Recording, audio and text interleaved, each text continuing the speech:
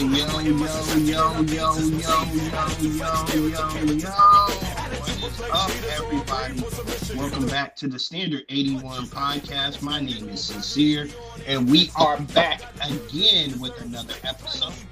But before we get started, let's go ahead and take that quick 30-second break so that we can both get our minds right. And I'll be back with you here in 3, 2, and 1.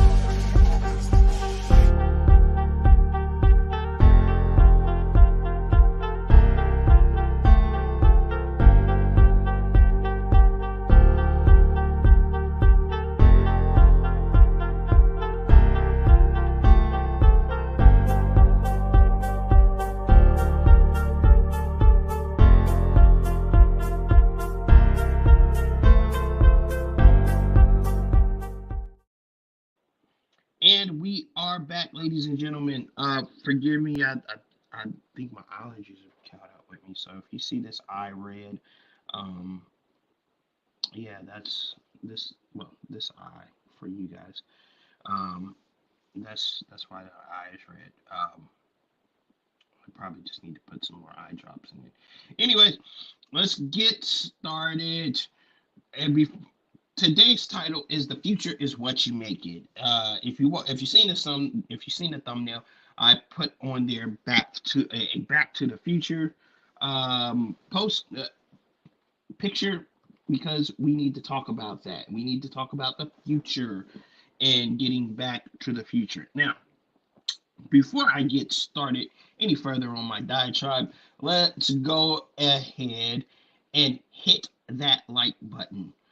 And hey, listen, if you dislike what I'm saying, change it to a dislike. Either way it goes, it is engagement, and I appreciate it very much. As well as if you are digging what I am telling you and you're digging all the stuff that I have to say, go ahead and subscribe to be notified when I'm coming out with different videos, which is typically Monday and Wednesday of the week. And if I have anything else that I want to get out, you will know as soon as I post it. Uh, as well as share this with somebody you think needs to hear it and comment down below. Type second watch in the comments if you are watching this after the thing goes live. And without any further ado, let's get into it. The future is what you make it. The future is what you make it. You have heard that term a lot if you have been alive as long as I have. I am currently 43 years old, and I am here to tell you that that particular phrase is 100% correct. The future is what you make it, but there are caveats to that particular sentence or to that particular phrase because you need to look at everything as a collective whole. But as an individual, the future is what you make it, right? And we can look at plenty of examples in order to make the point about this, right? Both as a collective whole and as individuals. What I want to present to you is good and the bad for your actions, right? Consequences for your action. And my God, I should have wore some shades or something to kind of because wow, that eye doesn't look great. But either way it goes, we got to look at that, right? So, what is the future exactly? The future, and let me go ahead and get my phone because you know what it is. I do. Words mean something, so because words have meaning, we are going to look up the word future and not the rapper.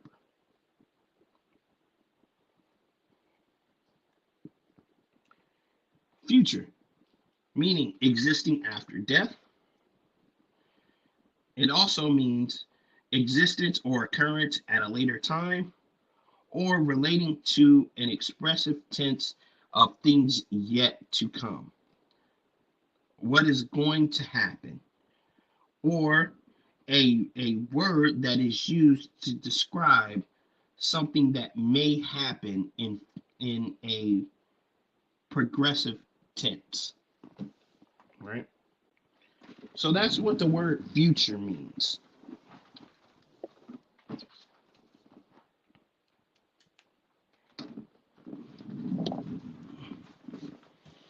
Why do I go to definitions before I go into what I'm going to say? Because we need to understand one thing first. If you don't know the definition of what of the subject that you're talking about, you can't really calibrate or tend to figure out what it is that you are needing to look at, or what it is that you are needing to do in order to make what it is you're doing sound and put it into perspective for your life. When we talk about the future, and everybody knew what the future is, I just wanted to put that terminology out there. We are looking at situations and circumstances in which are going to put your whole life into perspective. But the problem is, oftentimes we don't tend to look at it enough, right? Now, the Bible does say, "Do not worry about the future. Tomorrow has enough troubles of its. Today has enough troubles of its own," right? But what I am saying is this: when you are doing stuff such as casting votes or picking mates or uh, making financial decisions, job decisions, I want you to understand and realize that everything you do affects your future. This is why it's so important to be cautious about the choices that you're making in the present. Because oftentimes, what you do in the present is going to dictate what your future looks like. This is why people say, look at where you want to be and then chart that course backwards from the point you are, right? Chart that course path backwards to where you are in current position. And then you'll probably be better off. But often, many times, we look at things in present tense and we say, "Oh, that's not going to affect our future," or if we do think it's going to affect our future, we say, "Oh, it's not going to affect our future that much because the future is unknown and it's unseen." But here's the reality of it all: while the future is unknown and unseen, you can chart a course for what your future is going to begin to look like based upon what you are doing in your present. Because look, in order to correct the action or in order to correct a habit, it takes 90 days to not only drop that habit, but create something new in its place. And here's what tends to happen: we drop a habit, but we don't put anything in place to fulfill the thing that we dropped. And the consequence of it is we tend to go back to what it was that we did in the first place. Whereas if you establish a discipline, a regiment, some type of routine, now all of a sudden you have something you can do.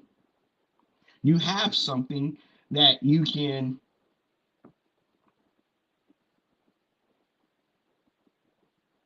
look forward to, something that can fulfill your time, something that can begin to put you in a place where you always wanted to go or where you thought you should be. But here's the but but here it is.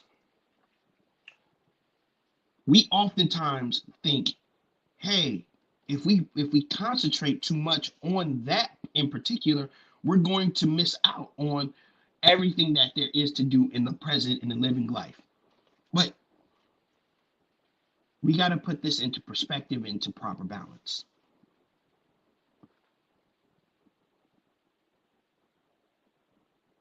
You can't go out there in the present and wild out and expect that your future is going to look overwhelmingly bright without any course correction. You can't go out there and besmirch your reputation when you're young and expect people to look at you differently when you get older. Now, let me say this. I understand that people can change, times change, all this other stuff, right? I understand all the dynamics of it. But what we have to come to grips with is that your past, to a certain degree, is going to dictate what your future is. If you're somebody that didn't care about what happened in the past, you can best believe that your resume is going to say to most people, this is what I can expect in the future. This is why companies, when they are hiring people, ask for resume, because it shows a past of work, not only the extent of work, but the kind of work that you have done and how long you have done it for. And they ask for references so that they can verify what you're saying is true, so that they can kind of determine what it is they are looking for in the future from you.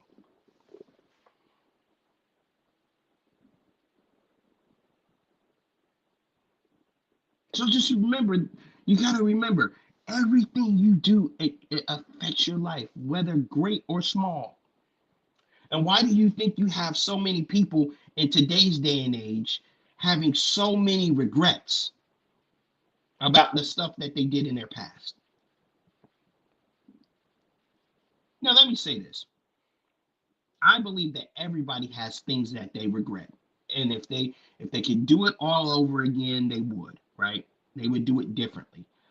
But having said that, the vast majority of your decisions should be made with the ideal of this: there's a consequence for each thing that I do, whether it's good or whether it's bad.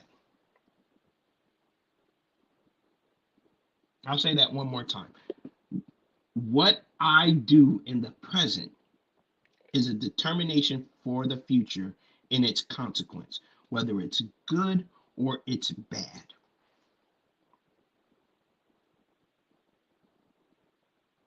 I've talked a lot about image. I've talked a lot about relationships. I've talked a lot about faith. I've talked about a lot of stuff in depth. Well, not in depth, but in a surface, at a point to where you can begin to make your own decisions about what it is you want to do with your life.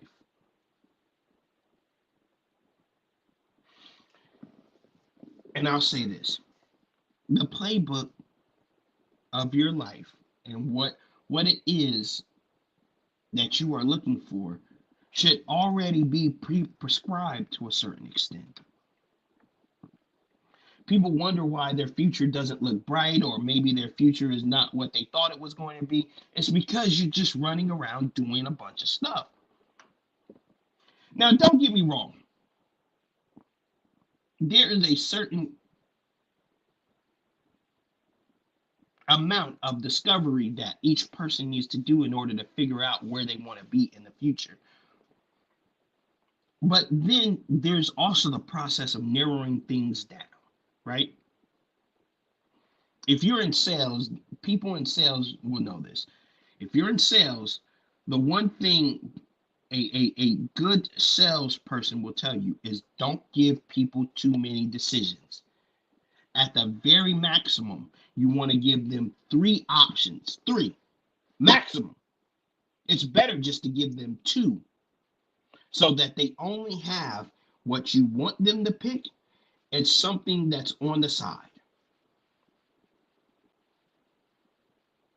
But the problem is, oftentimes in our minds, we want these vast array of options, and because the array of options is so vast, we don't know what it is we're picking, and by the time we pick, what our choices become so convoluted that we can't figure out the direction in which our life is going.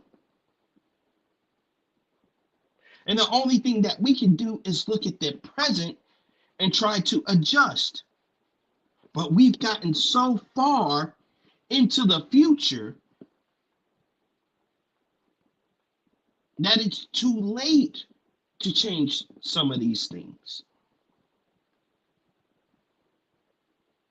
So you're probably saying, Sincere, are you saying that there is no changing the future ahead? There's no changing. No, I'm not saying that.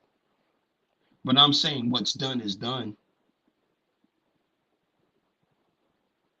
And what you did in your past is affecting your future. If you were out there living your life care vicariously through other people and just having a free for all, then you get exactly what you got now. But if you were being intentional about the things that you wanted to do in your life, and you were careful to put your life in a way and in a perspective that helps push your life forward, then okay. Now you're getting somewhere.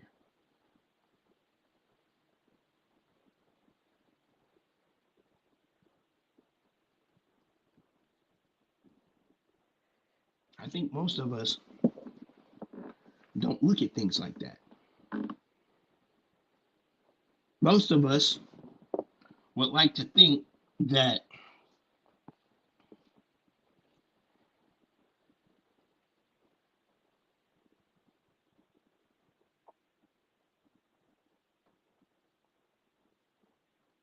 we can always go back to the future and change things. But unfortunately for us, things that we do have consequences. And we don't have a time machine. We don't have a DeLorean that is going to take us back to when these events occurred so that we can correct our mistakes. All we can continue to do as we continue to live is move forward, whether we like it or not. And we can try to salvage the life that we have left.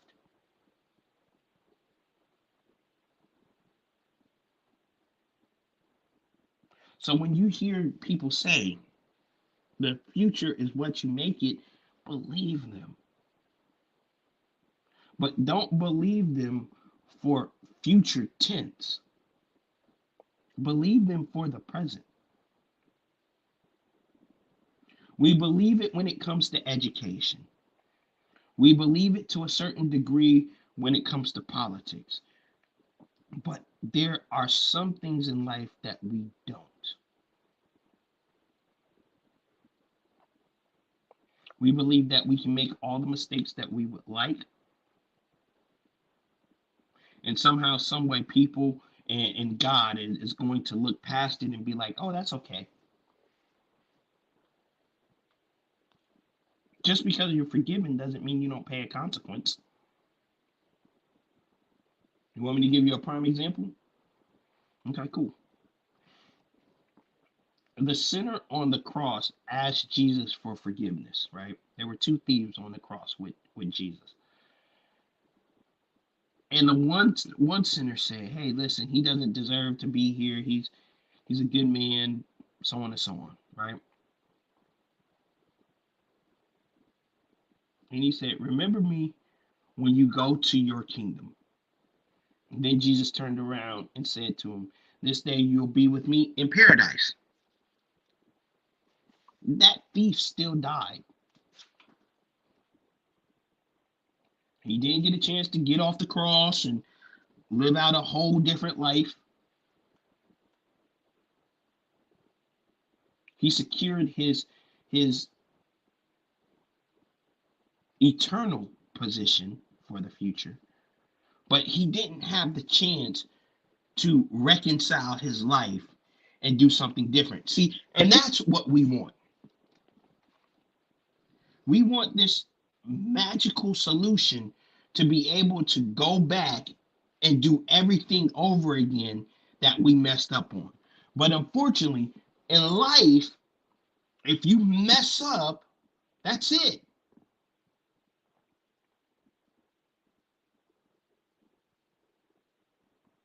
You can go back and try to recover the thing that it is that you messed up, but you can't go back and fix what you messed up.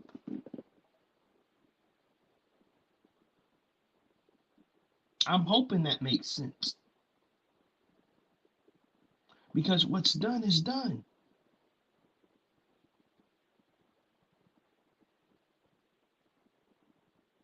And what we got to do is say to ourselves, look, each time I do something, each time I say something, each time I go someplace, each time I write something, I read something, it is affecting me. And what I do is affecting my future. What I choose to consume is going to affect me in the future. The same way, okay, the same way, let me give you a fitness example. The same way, if you eat a bunch of fatty foods, you might be able to eat it for a little bit. Excuse me. You might be able to eat it for a little bit and be perfectly fine, right? But at some point in your physical health, if you continue to eat the way that you eat, things are going to catch up with you. Number one is you're probably going to get a lot bigger than you would like. Two, you're probably going to have a lot of health issues. Now, can you go back and recover from that? Absolutely. All you got to start doing is the right thing. Eat healthier, and start and start exercising. But doesn't mean all of a sudden you get to redo everything that you missed. Sometimes it's not the same. Sometimes you have to live with that type 2 diabetes.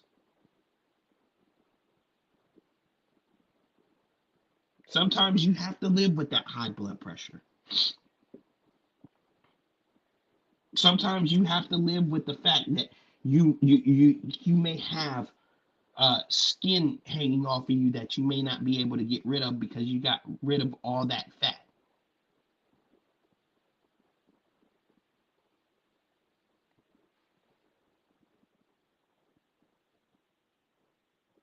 These are just the things that you would have to think about.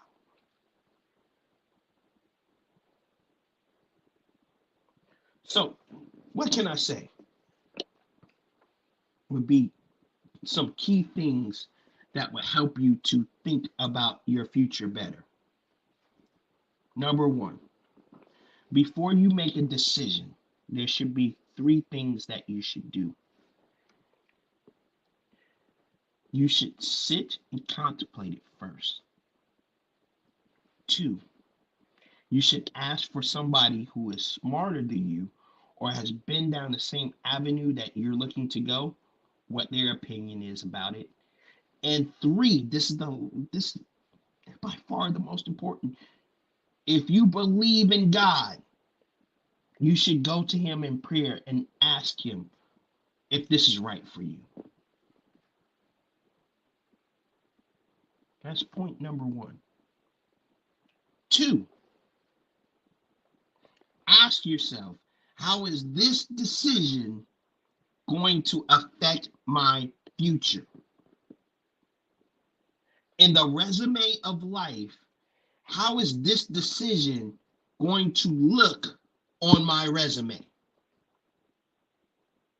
How are the people that I want to have in my life and be a part of in the future going to view this if they know this?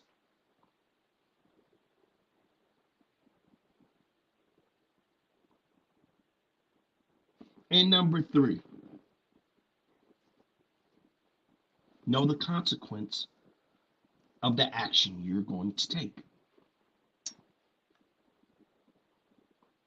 And be all right with it.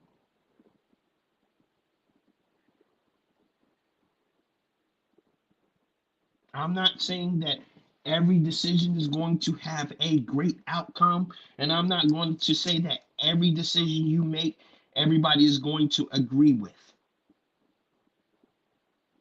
But that third point needs to be a point that you need to be able to live with. That once you make that decision, you got to be able to live with it. Because now, once the decision is made, in the future, you got to live with the consequences of the choice that you made.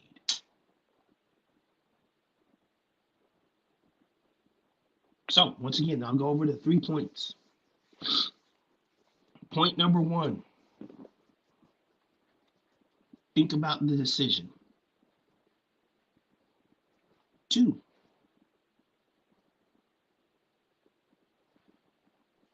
I forgot my second point. Give me a second. Two, ask people who are better than yourself about the decision. And three, make the decision and live with the consequence.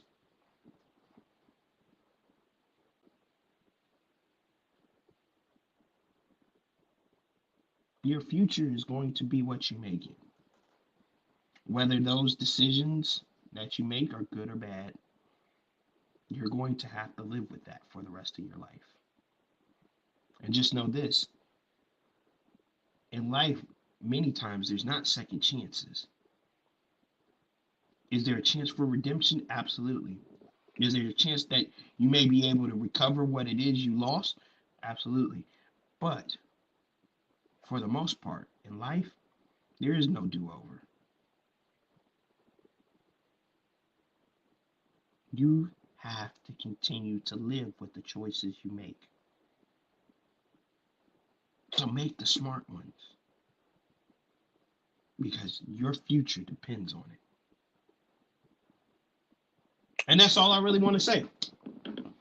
Guys, thank you for checking out the Standard 81 podcast. Once again, I don't know what's wrong with it. Probably just need to get some medicine, some eye drops. Um, anyways, hit the like button, subscribe, chime down in the comments, share this with somebody you know. Check out the Standard 81 podcast over there on TikTok, as well as Sincere the Artist on over there on Instagram. My link tree is in the bio. You can check me out there as well. Get in contact with me in any way you want, in any way you need within that link tree. And I will see you guys on the next one. God bless you all, and I'll talk to you again.